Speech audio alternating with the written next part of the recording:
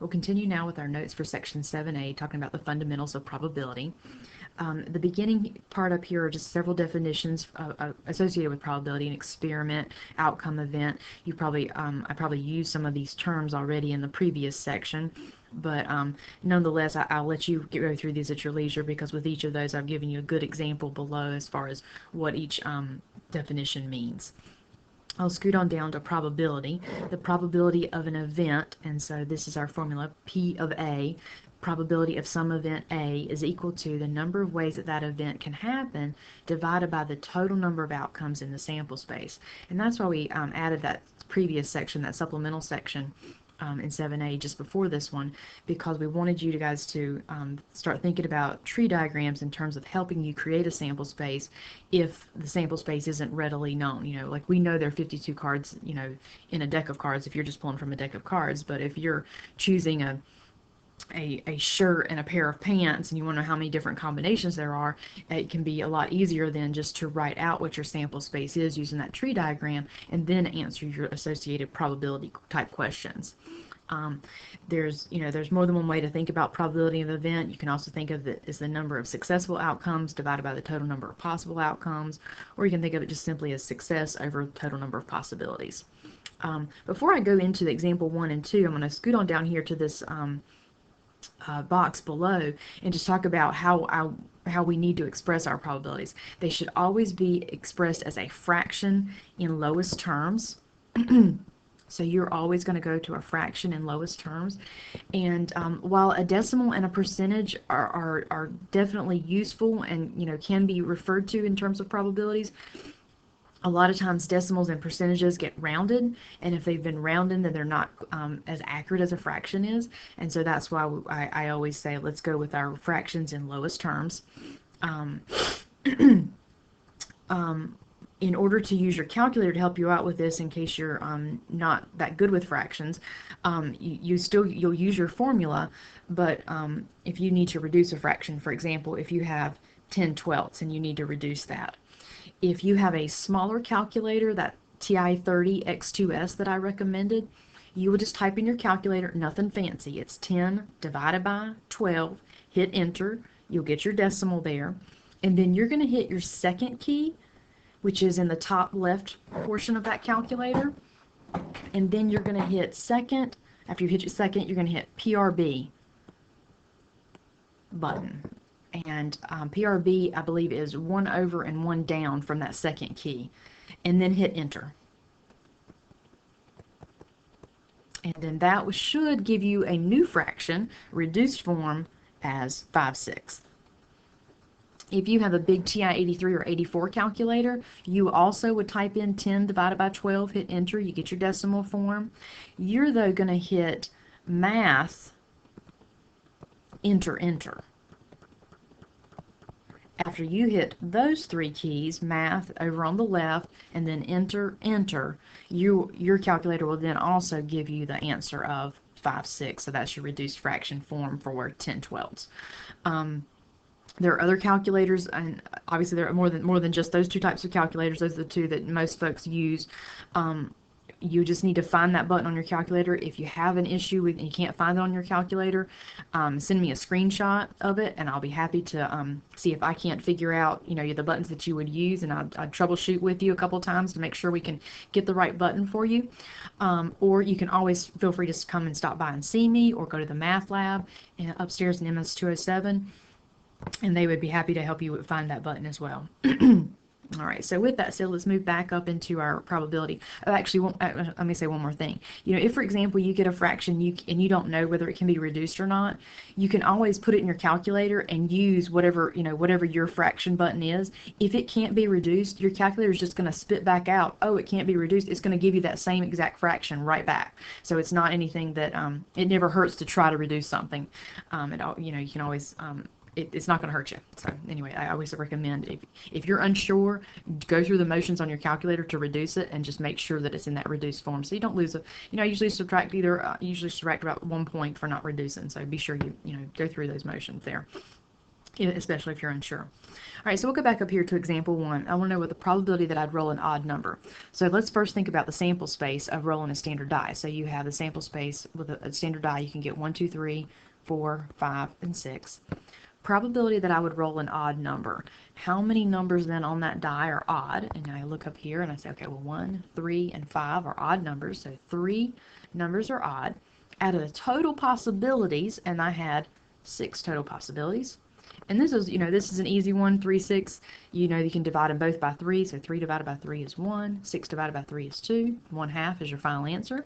Or if you want to just rely on your calculator, again, just type in 3 divided by 6 and then either use the second PRB and enter, or math enter, depending on which calculator you have, or whatever your calculator functions may be. And then likewise in example 2, we want to, what's the probability that we roll a number less than or equal to 5? So same sample space, 1, 2, 3, 4, 5, 6, and I look at my list here and how many of these numbers are less than or equal to 5. All the way through 1 through 5, those numbers are less than or equal to 5. So that happens 5 times out of 6. And this is what I was talking about a minute ago. If you don't readily know that can't be reduced, if you type in your calculator 5 divided by 6 and then hit your fraction buttons to get it back to a fraction, it's just going to spit 5 divided by 6 right back out at you, letting you know that fraction could not be reduced. All right, we'll scoot on over to the next page.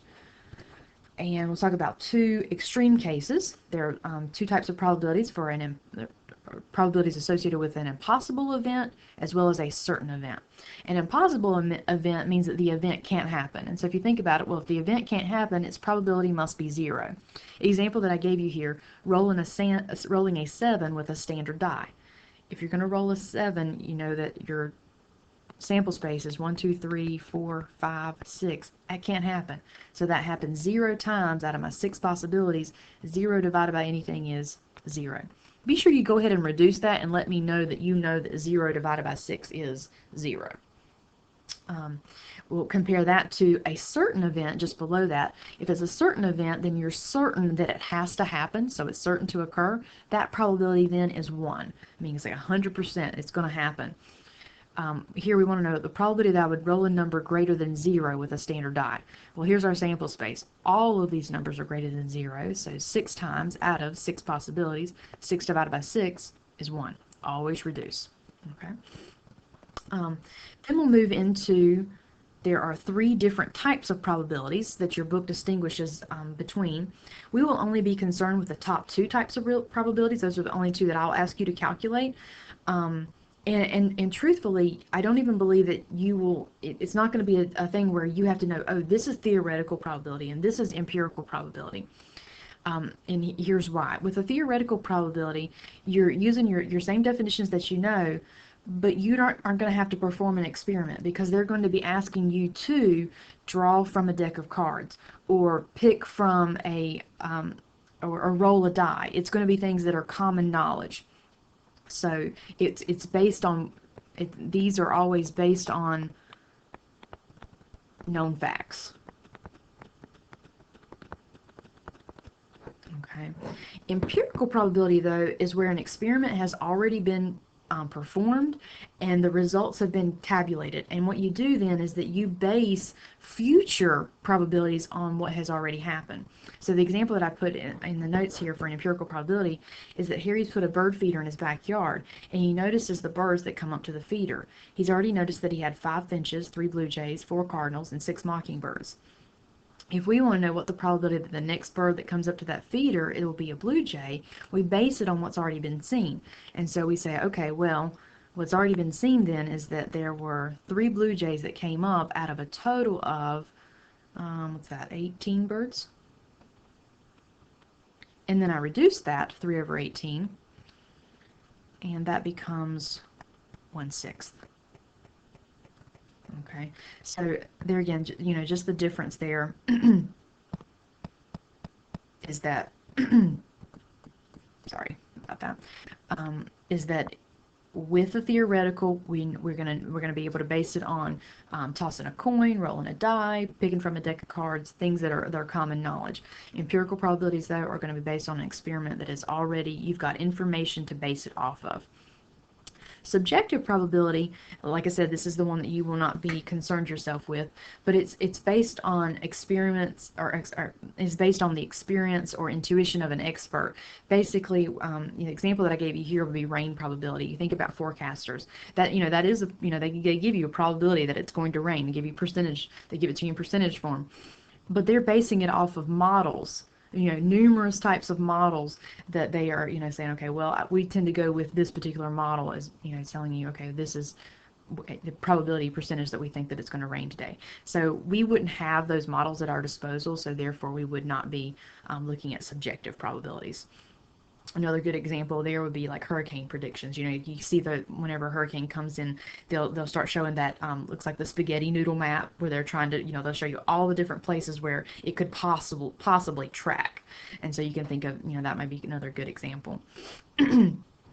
All right, so I'll move on down to example 3. And in example 3, we're picking from a standard deck of cards. And you'll notice in Blackboard, I have posted a card handout for you, and I will make that available to you when you take your test, because I know that not everyone is familiar with the deck of cards.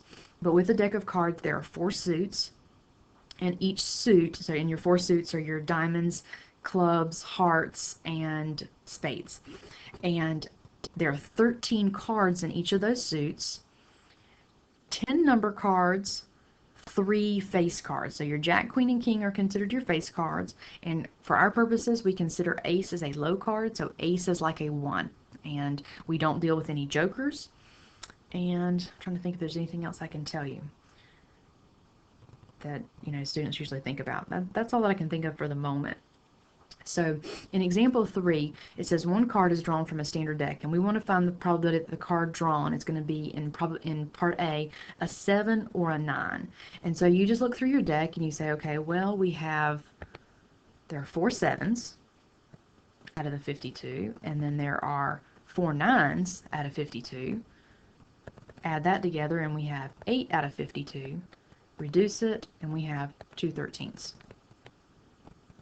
One thing to keep in mind is, here the 7s and 9s, they never overlapped. But if you ever had something that overlapped, you would not count never count a card twice. We'll look over at part B. Probability that you select the 5 of diamonds. And so you look through that deck of cards and ask yourself, how many cards in there are both a 5 and a diamond? And that only happens 1 time. So 1 out of 52. Can't be reduced. Final answer. Let's look at C together. Probability that we select a diamond. And so you look through your deck of cards there and you can see, okay, there's a whole suit of diamonds. And if you count all those across, you'll see that there are 13 out of 52. That certainly can be reduced. Divide them both by 13 and you have 1/4. Final answer.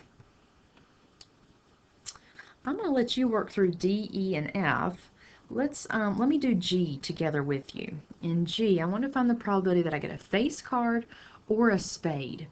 So here I think about, okay, how many face cards do I have? And I have, let's see, I have 3, 6, 9, I have 12 face cards, because I have the Jack, Queen, and King of all the suits, so 12 out of 52. Plus, then I want to count my spades. But you have to recognize I've already counted the 3 spade face cards, so I only have 10 spades left, the 10 number cards that haven't been counted. Okay, so I add those 2 together and I have 22 out of 52, which can be reduced, of course, to be 11 out of 26. Another way to think about this exact same problem is you could say, okay, well, I want to think about counting all the spades first. So if you do that, then you have 13 spades. And then you ask yourself, okay, and then I need to count my face cards, but I don't need to count any of them twice. So I only then have 9 face cards left. 9 plus 13 is still 22 out of 52, which still reduces to 11 out of 26. Final answer. So despite, either one you want to think about, never count something twice, and you could do either one first. You could do a face card first and then do your spades. The order there does not matter. I will look at example 4, part A, And just do the first one just so that you can see this. The previous problem here was dealing all with theoretical probability because it's based on what we know to be true about a deck of cards. Example 4 though is going to be our empirical probability because we're going to base it off of what's already been observed by sitting at this traffic light. They say that the light stays red for 25 seconds, yellow for 5, and green for 55. We want to know, well then, what's the probability that when you get to that light, it's going to be yellow? And so we base it off of, okay, it's already yellow 5 seconds out of the total number of seconds. And we get the total number of seconds by adding up those 3 numbers, and that would be 85. And this be, then you can just pop that in your calculator to reduce it, divide them both by 5, and you get 1/17. Final answer. So 1 out of 17 times you would expect it to be yellow. Okay. We'll skip on over to the next page.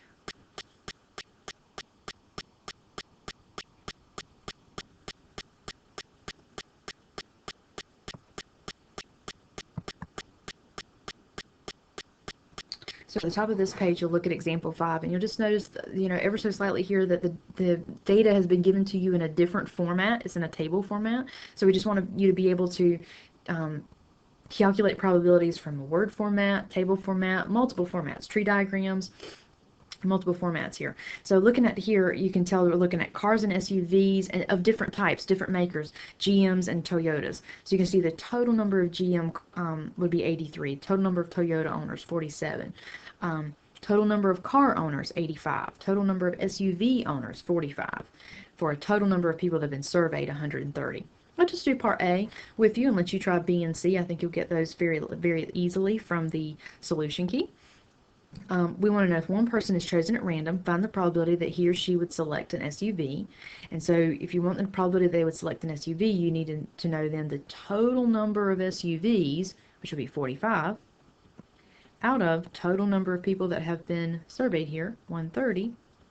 That can definitely be reduced, and that reduces to 9/26, dividing them both by 5. All right, and like I said, I'll let you look at B and C. I think those will be self-explanatory from the solution key. We will look at example 6 together because this one's definitely important, looking at it in terms of a tree diagram, so building off of what we did in the previous section. Barry has 3 shirts in his closet, red, white, and blue, 2 ties, black and gray, and suppose he chooses 1 shirt and 1 tie at random. In part A, they want us to draw a tree diagram and list out the sample space.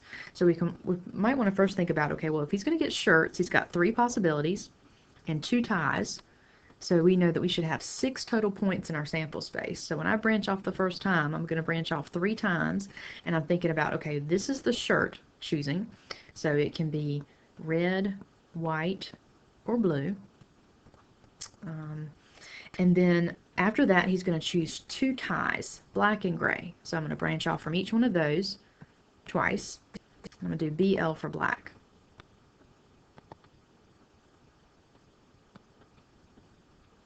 And then I'm going to go ahead and list this out. So you could have had a red shirt with a black tie, or a red shirt and a gray tie. Likewise with the the white and blue shirts. Gray. All right, so in part B, we want to answer now questions related